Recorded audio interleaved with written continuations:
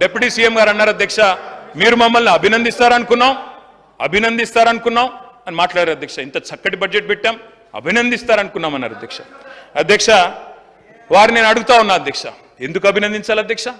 ఏం చూసి అభినందించాలి? ఏమన్నారు మీరు? 6 గ్యారంటీలను 100 రోజుల్లో అమలు చేస్తాం అని మాట తప్పినందుకు అభినందించాలా? డిక్లరేషన్లకు దిక్కుమొక్కు లేకుండా చేసినందుకు అభినందించాలా? 420 హామీలను తుంగలో దొక్కి మా మేనిఫెస్టో చైర్మన్ శ్రీధర్ బాబు గారు రాసిన హామీలను తుంగలో దొక్కినందుకు అభినందించాలా?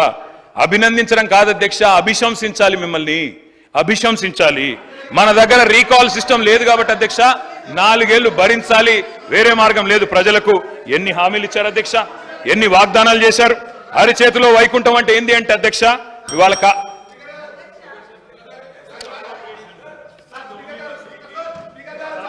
కేటీఆర్ గారు 1 minute